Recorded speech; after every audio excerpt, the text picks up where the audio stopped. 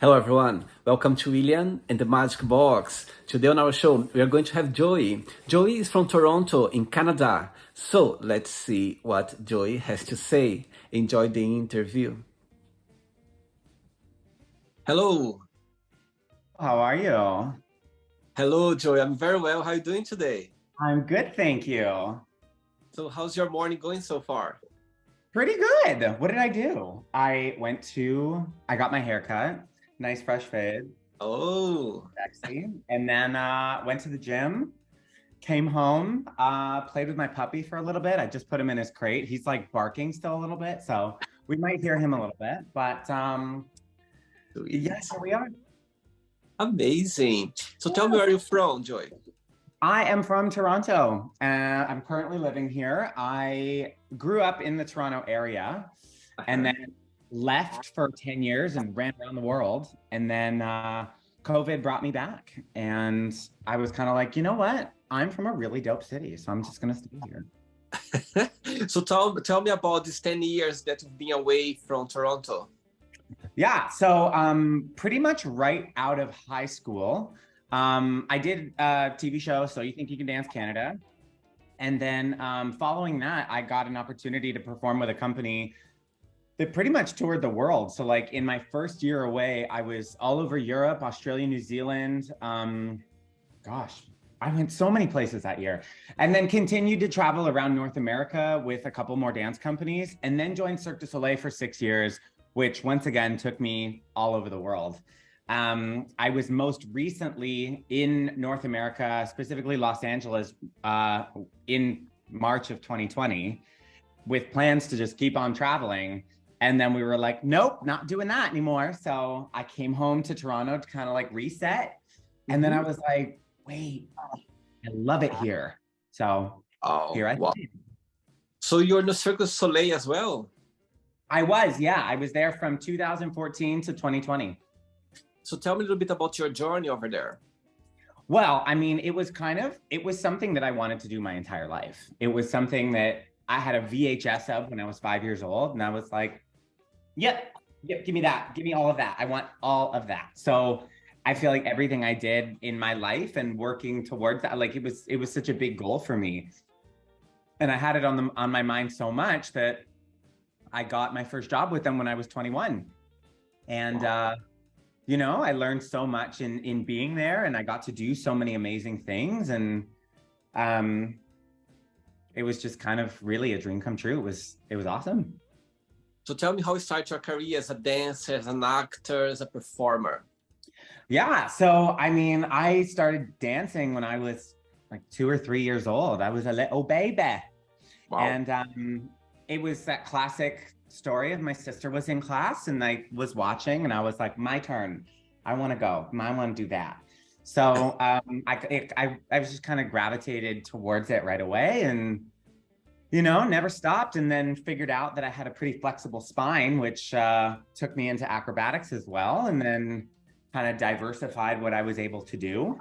Um, I it's no surprise that I'm naturally charismatic, but that showed in my performance quality. And then that took me to a really beautiful place in the circus, which was really cool. And now, since coming back home to Toronto, I'm now a drag queen as well. And that just kind of like continued on within the journey, in the natural path of that journey. And I'm having so much fun with it. It's amazing.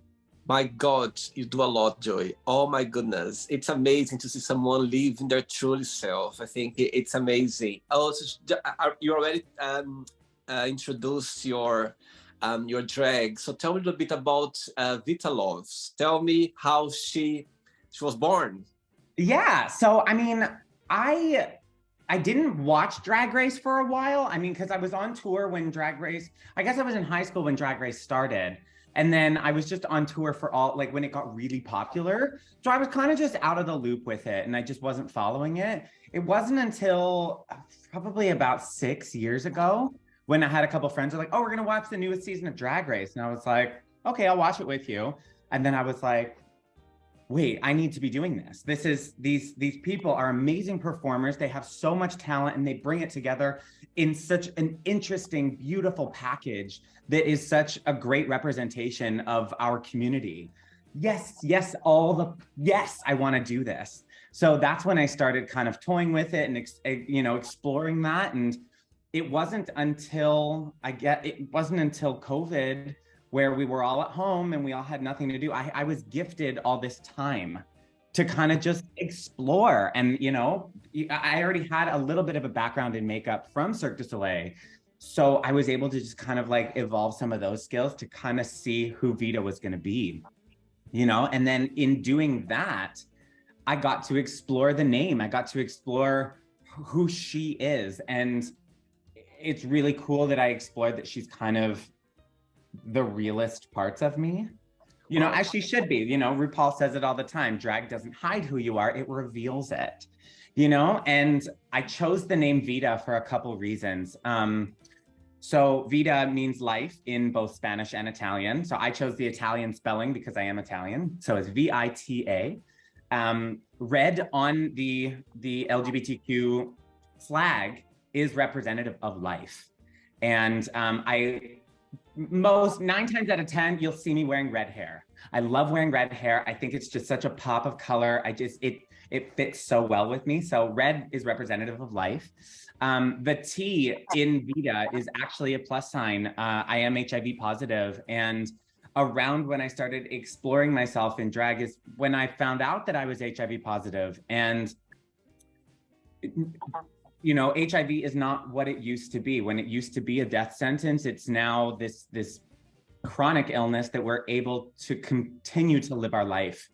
And I almost saw that as this like second chance of like, what do you really want to do? What do you want to do with yourself as a performer, as a person, what do you want to do? Because you have a chance, you have this opportunity right in front of you. So Vita kind of allowed me to do that, so she was this kind of second chance, this push. So that's how Vita became who she is. Amazing. My goodness. Wow. Thanks so much for sharing, those moments in your life and also those personal events. I think talking about it, you just not connect with people, but also you help people there. You never know, people, maybe they are going to face the same situation, or maybe they are, maybe trying to get involved somehow, and see someone talking so open about it. It's just helping people. Thanks so much. Well, of course, like it's very my truth. I had to live through it. I had to live through the realness of what that was and the ups and downs of it. So I feel like it did burden me to an extent because I didn't get the opportunity to talk to people about it beforehand. So, the more I can talk about it, clearly I don't shut the hell up. So I love to talk, and I will continue to talk about my truth, especially if it's going to help somebody else through theirs. Amazing. You are literally talking to the whole world right now. All of you, the whole world, a collective hello to the whole world. Joey, are you ready to go on a beautiful journey through your memories in life and to share your point of views? I'm going to try and say the first answer that comes to my head, because then I'll spin and try to overthink an answer. No, I'll just say the first thing, and then it's probably going to be the right answer. Great. Welcome to William and the Magic Box. So this is my best friend, okay?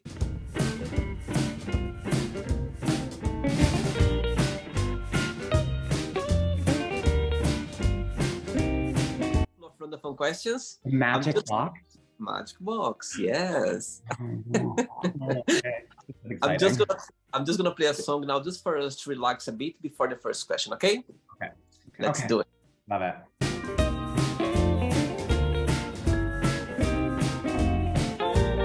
You better dance with that magic box. Amazing. Joey, during the journey, if it comes up a question that you don't want to talk about for some reason, always can change, okay? Perfect. First question for you is, what would be the title of your memoir? The title of my memoir, Sex, Drugs, and Glitter. Why is that? Pretty much explains my life. That's kind of everything you're getting in one package with me.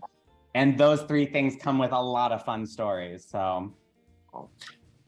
Wow. And so tell me a funny story about sex, about drugs, and about, you said sex, drugs, and? Glitter. Glitter, yes, and glitter. The herpes of crafts. I think so. Oh my gosh, okay, I could tell you millions of stories of all of those things. Well, as I said, I, toured the world. I was all over the place. And pretty much right out of high school, the first place I went to was Europe. I went to Paris, I went to Switzerland, I went to Greece, I went to Barcelona. I went to a bunch of places, not one year. So when I first started like spending the night with a guy and like meeting a grinder hookup, it was European men.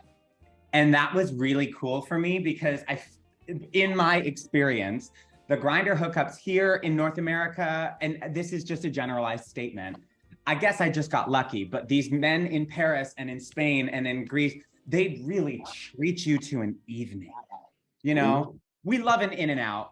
Like if you're like on a time crunch and you just got to get in there, got to get out of there, sure, we love that. But I feel like I was really wined and dined. I feel like it was a night of like having a coffee, having a cigarette out on the terrace, and then like getting back to business, and then like taking a little break, looking at the city. Like it was just so like the whole experience was so romanticized. And, I was able to do that for a few years while I was still touring Europe. I came back to North America and just kind of expecting the same experience. And I was like, people move so much faster over here and this and that. And I feel like because of that, those being my first experiences, that's how I connect with people. I like to have that prolonged experience. A one and done just doesn't cut it for me. It's not the one. I guess that's what I'll say about my sex experiences. I mean, I could keep on going for hours on that one, but I'm not sure we have the time.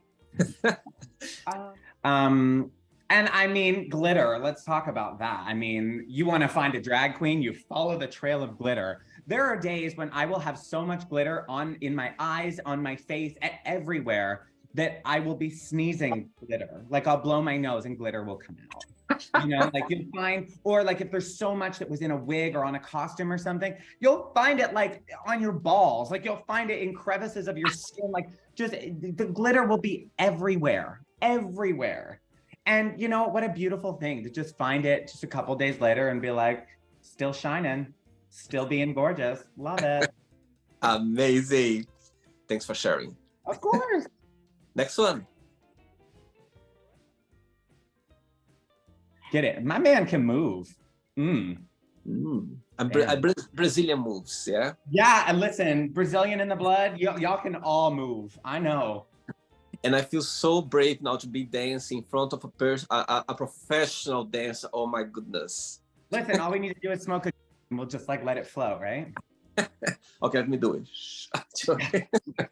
Oh, God. Next question is, what makes you the happiest? Oh, what makes me the happiest? Well, the first answer that came to my head was my puppy. He makes me so happy. He's 14 months old. He's just a tiny little bundle of love. And it was having a dog was something that I knew I always wanted. Traveling all those years, I knew that was going to be difficult. Now that I'm living in one place for now, and I'm pretty close to where my family lives, it takes a village, so my parents do help out in taking care of them, and it's just so nice to come home to some barking little furry baby that is just so happy to see you. Yeah, I mean that I would say right now in my life, that's what makes me the happiest. Maybe a few years ago I would have said something different. I would have put other things and prioritize other things, but right now it's puppy love. Oh, sweet. Next one. Before the next question, as I can see and I can feel how much you enjoy your career as a performer, dancing, acting, but there's always a flip side. What that would be the most challenging part of your career, in your opinion? Oh my gosh. Okay. Well, actually, the most challenging part of my career right now in my own mind is fighting the battle of the future and the longevity of what this career can bring me. And, it's a tough career. It's a tough industry to be a part of. It's tough on my body. it's tough on, your mental health, because there is a lot of, of a competitive nature within this career. And there's already been so many parts of myself, and this is within creating boundaries within myself as a human, to say, I could push harder and make my body hurt more to achieve a new skill or to get a specific job. But if the pain that is brought with that, whether that be mentally, physically, or spiritually, sometimes it's just not worth it. Sometimes somebody else is right for that job, and it's not within your spirit to accomplish that, which means it's just not your path. And I think when I was younger, I think a lot of people can relate to this, is that we just push ourselves into things that maybe are not right for us, because we'll never know until we try. There are many more instances where I'm able to take a step back and say, that's not my journey. Something else is. And I want to figure out what that is. And it's, that power of no. The more you're able to step away from something you know is not right for you, to then find something that is. So right now, yes, I'm going hard as a dancer. I'm still an acrobat. The spine is still bending, and even more so because now I'm doing it in really fun costumes with my dick tucked away and a pair of high heels. So yes, it's even more. I am finding that other thing that into the future, when the body isn't doing all that stuff, how am I going to be able to continue to make an impact as an artist, as a performer, as a creator, and as a person on this planet? I think there is so much that I can offer, and I'm wanting to figure out what that is. Amazing. Next question is, what's the best and the worst of living in Toronto? The best and worst of living in Toronto. Well, the worst is the weather. Honestly, there's so many great things about living in this city. I love that there is a very large gay population, a very queer population here. And it's not just Canadians. It's a very multicultural city. So I say this a lot in my drag shows. I say, before I was the star Vita Love, I was the star of Cirque du Soleil for 6 years. I got to travel around the world and suck a lot of dick. And it was great. I became a dick connoisseur. I just got to suck dicks from all over the world and just, taste it all up. Now, the best thing about living in Toronto is I get to suck all the multicultural dick, and I don't have to even go to an airport. I can just go down the block. It's great. It's great. I can have Chinese tonight. I can have Japanese tomorrow. I could have Brazilian. Well, I might need to get on a flight for that. You're in London, right? Which one did you taste the best? Oh goodness, don't make me choose. I couldn't ever choose. They're all delicious. You can't limit yourself to one food. If you eat pizza every day, you'd get sick of it, right? You gotta eat pizza, you gotta eat sushi, you gotta eat Thai food, you gotta eat tacos, you gotta eat all of it. That's how you keep the variety within it, and then it's all delicious. Totally agree. Yeah. Next one.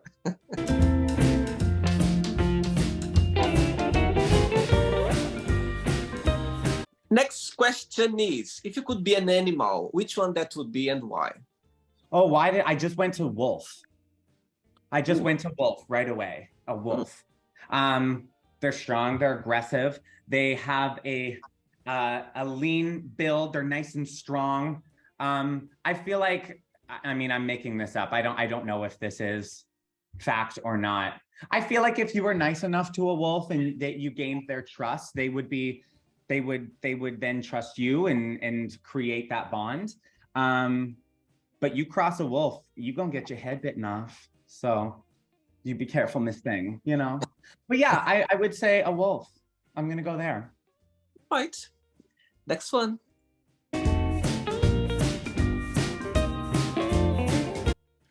Next question is, what's your favorite holiday season of the year? Halloween.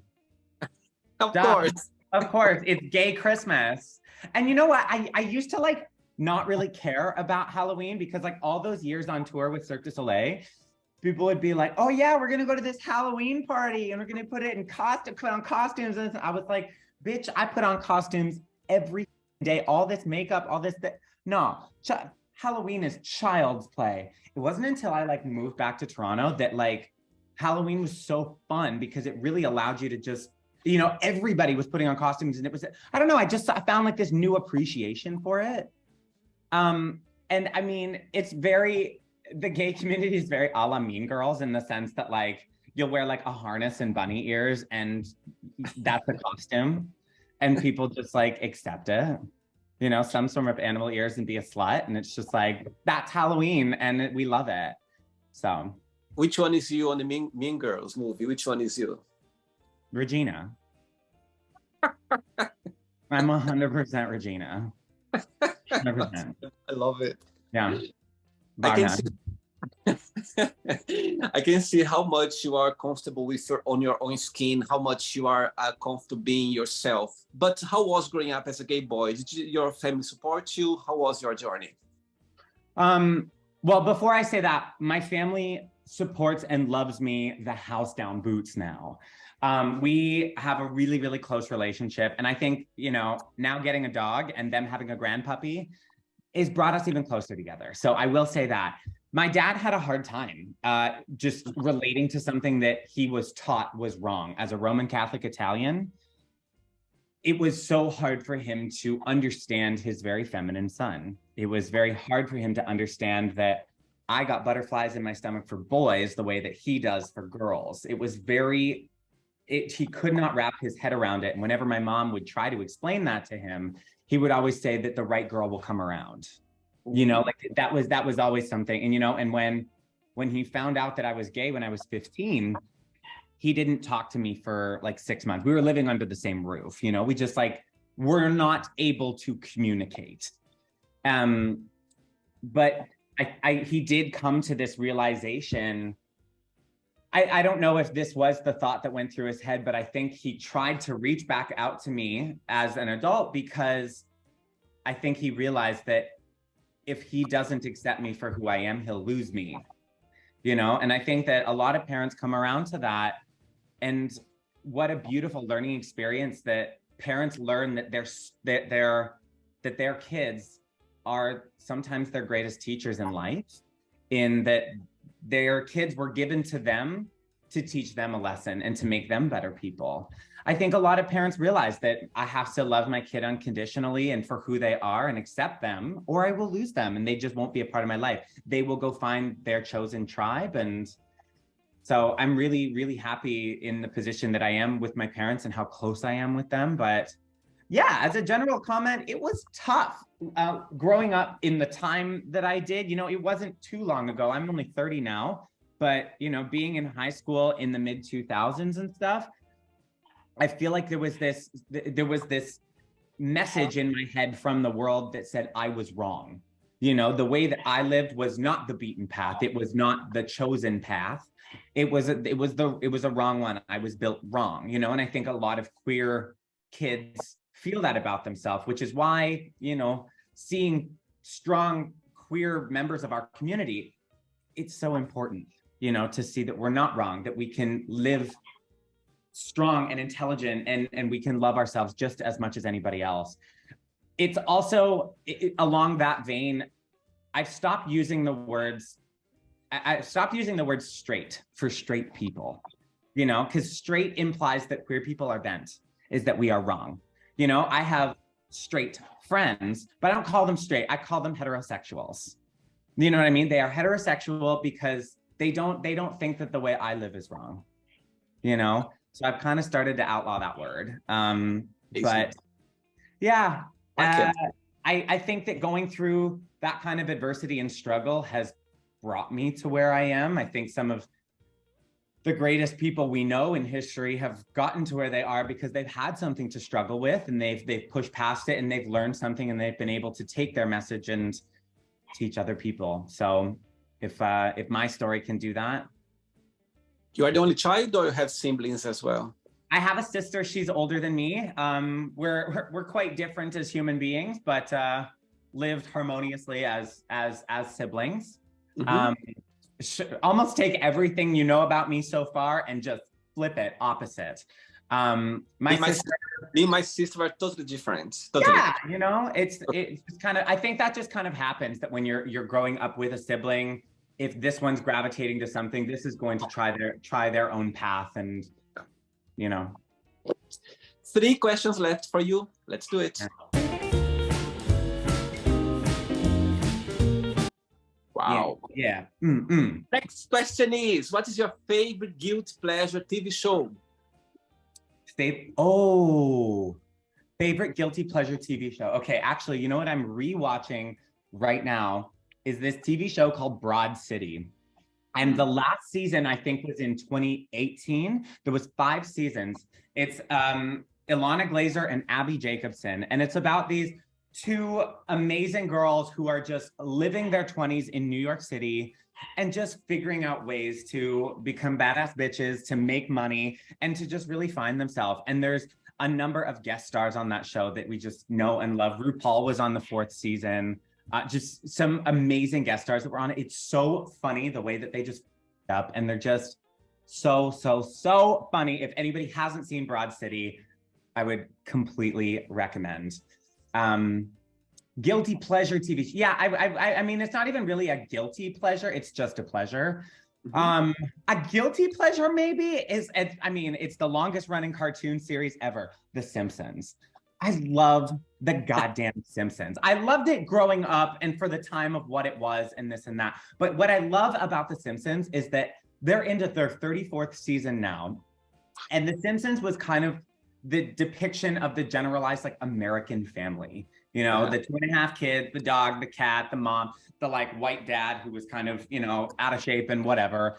But how they attack, you know, political and social issues of our time and how this family grows with that. You know, they've shown so much representation of queer people, trans people, drag queens, you know, and just talking about our modern day society through their show. It has kept them relevant. It was a show that started in the 80s and it's still going now.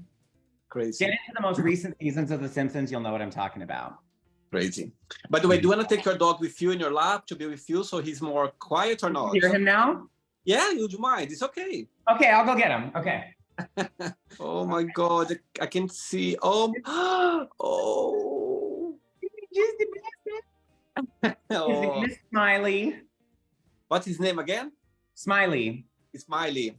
Yeah. Awesome. I could His start. tag name is Smiley Cyrus. I could hear his barking. Broke my heart. It broke my heart. Okay, keep him, please. He wants all the attention, always. 2 questions left. Let's do it. Yeah.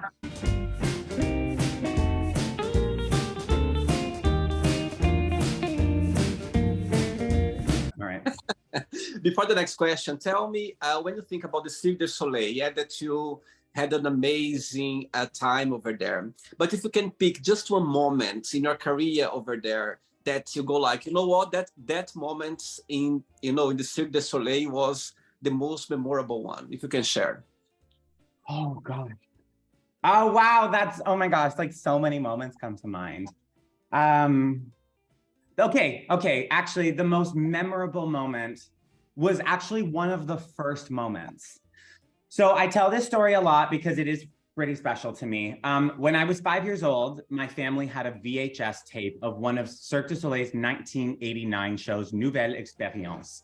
And there was like a contortion act in that show with like them bending and stuff. And I just believed I could do it, which is what inspired me to move the way that I do. Anyway, there was a clown in that show. And I was 5 years old, so I didn't really understand what he was doing at the time. I just knew he was very animated. And I was just so drawn in by what he was doing. He had audience members on stage and putting something, it was amazing. It was great. Cut to 16 years later, when I was starting, it was my very first night on stage. I was in Vienna, Austria. And my director at the time was like, good luck, you're gonna be great. It's gonna be awesome. The creator of the show is here tonight. And I was like, oh, okay. So that's a lot of pressure. So I was like, okay, let's be amazing. Let's do it. I did my first show, a wild success. Like I was just so happy. I performed so well that night. Everybody in the cast was really happy for me. It was a joyous occasion. He came backstage The creator of the show's name was David Shiner. He created the show. He wrote the musical Seussical off of Dr. Seuss's stuff. And he came backstage and I looked at his face and I said, "You're the clown from my VHS when I was 5 years old. That was you." That's beautiful. I got goosebumps now. Oh my goodness. So like now you inspired me when I was 5 and now I'm in your show. So that was really, really special. We got to take a picture together that night and it's still on the wall at the Cirque du Soleil headquarters in Montreal. But it was just kind of this full circle moment that it was something that I had my eye on as a little kid and I wanted to do it. So I did it, you know? I got a goosebump all over my body. I have no idea. Oh my God, that's powerful. Beautiful story. Oh my goodness. Wow. Next question is, what makes you most proud? What makes me most proud? What makes me most proud? Okay, you know what makes me most proud nowadays and something that has always felt important to me. And I'm gonna say this because this is something that I maybe strayed away from sometimes and needed the learning experience to get back on track. I'm proud that I'm somebody that cannot help but follow their intuition and their heart. I see lots of people in my social circle, in my life, in our world, who make decisions based on what other people say they should do. They make decisions that are maybe not so great for their life, but are maybe a great financial reward or just something that makes their family happy. I'm very proud to say that I don't have it within me to please anybody else but myself.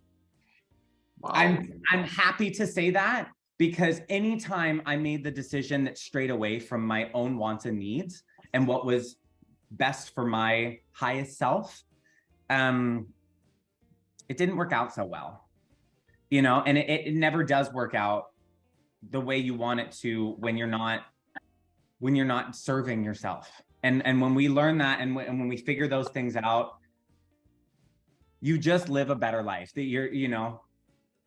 I don't think I have much to say on that other than the fact that I'm going to continue doing that. And if something does not feel right in my heart of hearts, in my gut, if it's not there, I just don't do it anymore. I don't even entertain it because I'm like, nope, not even wasting the time on something that's not even going to feel right.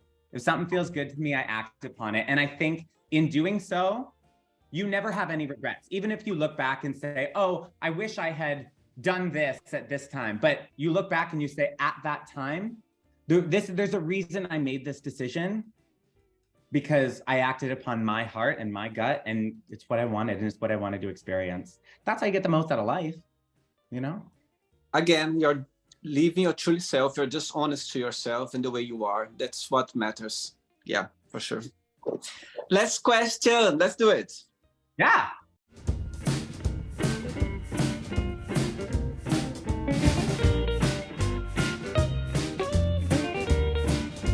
Sweet. Do you think it's weird that I tongue kiss my dog? Of course not. I have another guest for an interview when I could see the love of his dog, and there are so many videos of kissing. It's beautiful. I mean, it's love. Yeah, absolutely. But before the last question, tell me what's the biggest difference between Vitalov and Joey, and what is the biggest similarity between both? Oh yeah, hit the hard-hitting questions. Okay, what's the biggest difference? The biggest difference, okay, I'll say this. In doing drag, I've been able to explore not just my drag identity, but my own identity and my own gender expression. And,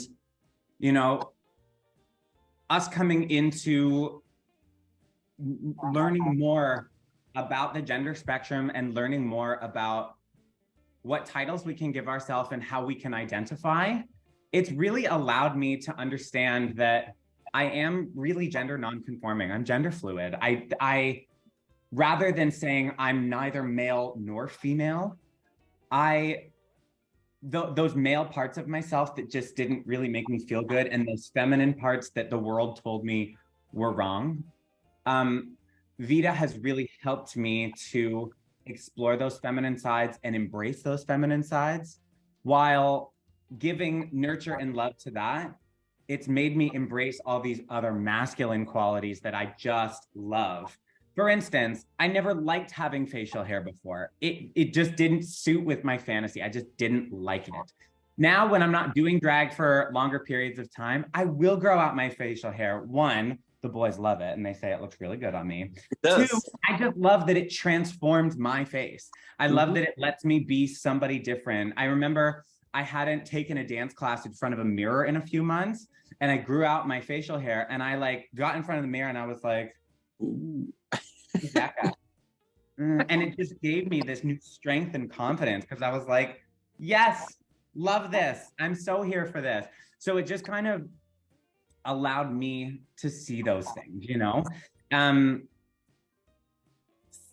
So I'd say those are like the differences, in the sense that like Vita's so comfortable with her femininity, and whereas I was not for so long. And everybody else, like, you couldn't really see that on the outside, but you know, it's really allowed me to embrace that. The similarities between us are our openness and honesty. Honestly, like, I will talk about sexual encounters, drug use, and all the times I got gonorrhea at my drag show. I will tell the audience. I will open up so that they open up and give me themselves. Because, you know, that's what we want at those experiences, is we want to open up to each other, let loose, and have a good time. So if I'm not being honest, they're not going to open their wallets for me. So there we go. Yeah. Last question for you is, what season you feel more connected? Oh, sorry, let me say it again. What season of the year you feel more connected with, and why? Summer. 100% summer. I hate clothing. I don't like it. I think my best suit is my birthday suit. You know, I love walking down the street and wearing basically nothing and getting eye fucked. It's just my favorite thing in the world. In the winter, I'll walk down the street covered in clothes and nobody even looks at me, and I'm like, this is just not working with my fantasy. I just love that. I really radiate with the sun. Yesterday was like our first day. It wasn't even that warm. It was maybe 8 degrees Celsius, but the sun was shining. There was a smell in the air that was just like, spring is here. We are getting to that warmer weather. And I just like something just opened up. I was singing down the street, you know, and I was like, summer is coming. That's when people come out of their houses, you know. There is a big difference here in Canada between the dead of winter and the middle of summer. People really, they hibernate here, and you're like, I haven't seen my friends in so long. Your friends are cold.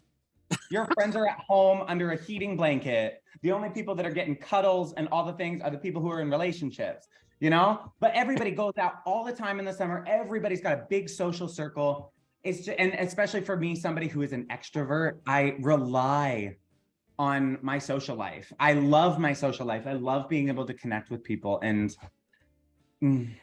summer.com.org. Yes, that summer. Actually, London was the same yesterday as well. And today was exactly the same. And I know what I mean. You can feel already, you know, the warmth come. You can feel that, you know, the sun is shining over there. Just the sun is excusing himself to get to the world. It's like, hi, cold weather. You need to off now. I'm here to shine. Right, so then, let's play now the word association game. Okay, I'm going to give away some words. Just tell one word that comes to your mind. Quick thinking. Okay. So, I hope you are enjoying the interview. Before we do the word association game, don't forget to give a like. Don't forget to share this video. And also, don't forget to subscribe to our channel. Just click on the button right there. Thank you so much and enjoy the word association game. Okay. One word for family. Love. One word for life. Life. Embrace. Love. Sorry? Love. One sex. Word. And one word for sex. Dick. Yeah. Ooh. Good. Politics. Ooh, democratic. Religion. Jesus. Fear. Unknown. Friendship. Camaraderie. Desire. Suffering. Regret. None. Success. Wealth. Wish. Dream. One word for happiness. Journey. One word for Toronto. Cold. I just said cold. You should take me back. How about Canada? One word. Lucky. Oh, sorry, I'm joking. What to say? It's true though. It's true. Like we're in like the warmest part of Canada here down in the south. But I will say lucky. We live in a very lucky place. Absolutely. I feel like what's that? I've been there. My best friend lived in Montreal, so I know exactly what you mean. I felt so I lived in Montreal for a year. It was cold. It was way colder. I feel like I have to like justify some of my answers. I feel like I talk about with people a lot that desire is at the root of all suffering. And that we want, we crave, we need. And when we keep wanting things, it's that journey never ends. You know, and that if you keep just wanting, will you ever feel that satisfaction? No, because there's always going to be something that you're wanting. So I feel like in moments of needing gratitude and of taking a look around me in my life and what I have already and being grateful for that puts desire away for a second. You know, there's a healthy amount of desire that you need in your life to push on and create new space for goals and things in your life. But I'd say the opposite of desire is gratitude, you know? And then you said success and I said wealth. I think that there is so many different definitions of wealthy. You are not just wealthy in your wallet, you know? You are wealthy in your mind, in your body, in your heart, in there's so many different definitions in your spirit, in your social circle, you know, and sometimes people sacrifice other amounts of wealth in their life for a full wallet or for other things, you know? So it's about having that well-rounded wealth. Okay. Yeah. One word for Cirque du Soleil. Oh, fulfilling. One word for performer. Oh, heart. And the last one now, Vita Love, one word. Gonorrhea. Yeah. She's a filthy whore. Oh, you're saying you are the creator, so you know what you're talking about. Oh, honey, I know. Oh, I know. It's almost like parts of me that really let go and just be that dirty whore in my real life before. Vita will always be that. You know, I will leave every show with like 3 more husbands. You know, I'll see a man out there. I'll be like, you give me your wallet, put your beard in my butthole. Let's go. Ooh. Come on. You know? All right. As you define Vita Love, if I would ask Vita Love to define joy in one positive word only, in one negative word only, what Vita Love would say about joy? I mean, I'd say that negative word is self-hatred. Okay. That's 2 words. But I mean, I'll say that as Joey, and I think this comes from a number of places of being an artist, just being who I am. I do bounce back and forth. I had a director once tell me this and it resonated with me so strongly. So I check in with it. I bounce back and forth between narcissism and self-loathing. And it's just about understanding myself in every decision that I make to just meet in the middle, as opposed to being so proud of myself for something that I did that was great or hating myself for something that wasn't so great. Is just kind of sitting in the middle and asking myself, what more can I get out of myself than I already have? And how do I forgive myself and understand the decision I made in the middle, rather than over loving and hating myself, you know? Positive words. Positively? One word, what should say? I'm gonna say powerful, because Joey created Vita and it took so much power within me to, honestly, I mean, drag was tough for me to get into at first. And I think there's a lot of drag queens who you'll ask that might say the same thing, that I had to go through a lot of internalized homophobia of saying, I'm already this gay. I can't be a drag queen as well. Are you kidding me? That's just like, that's super gay. And I just hated myself for that. But I had to understand that wasn't a bad thing. That was a really beautiful thing. And that those things that we don't always love about ourselves right away are sometimes the most beautiful things and the most distinctive things that make us special, you know? And I think I was one of the last people in my life that knew I had to be a drag queen. Everybody else, friends, coworkers, whatever of mine, they're like, yeah, finally, put that wig on, go twirl, let's go, you know? But I was the last one that understood that was my path, because I had to fight through some demons in my own mind.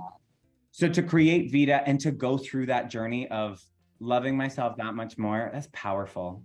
Sure. So amazing, beautiful.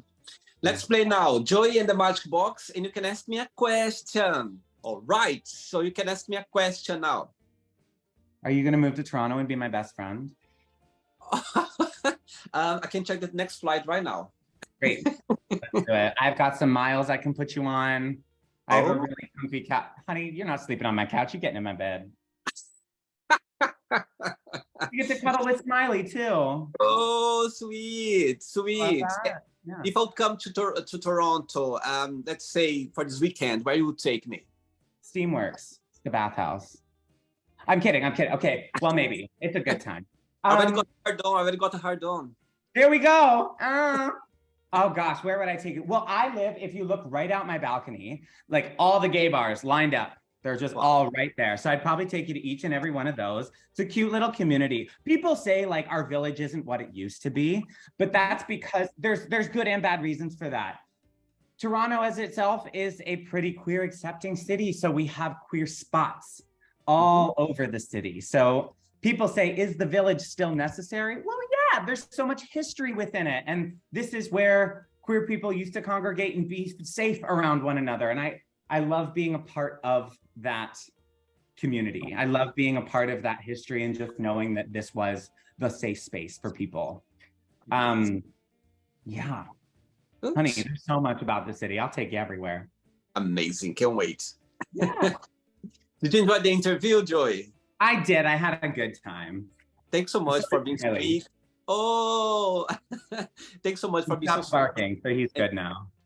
And so kind as well, and to be so open, talk about your experience in life. Again, talking about this experience in a positive way, different challenges always help people. And it's so fascinating to see someone who already done a lot, traveling the world, you know, for work, and being an adult at a young age. I think that's impressive and beautiful. So thanks so much for being on the show and share your experience. But before you go, if you can share a positive message or something that you live by. Absolutely. Well, I'm going to tell you what I say at every single show that I do. I say, my name is Vita Love. And yes, that means a life of love, is because I do what I love and I do what I want. If these last few years have taught us anything, is that we got to do what we love and we got to do it right now. So you better drink that drink. You better smoke that smoke. You better suck that dick. And most of all, you better love who you love, because if you ain't doing that, what the f are you doing? Can I get an amen? Oh, amen. Bam. Thank you so much. It was a pleasure, and you keep in touch. Okay, thanks so much, Joey. Absolutely. Mwah. Thank you. Bye-bye. Take care. Bye, honey. Bye. So, did you like the show? Don't forget to give a like, share it, and also don't forget to subscribe to the channel. And if you'd like to be part of the show as well, first, subscribe to our channel, and after that, just go to our website, www.williamandthemagicbox.com, and send us a request saying why would you like to be part of the show. And I see you there. Bye bye, see you next time.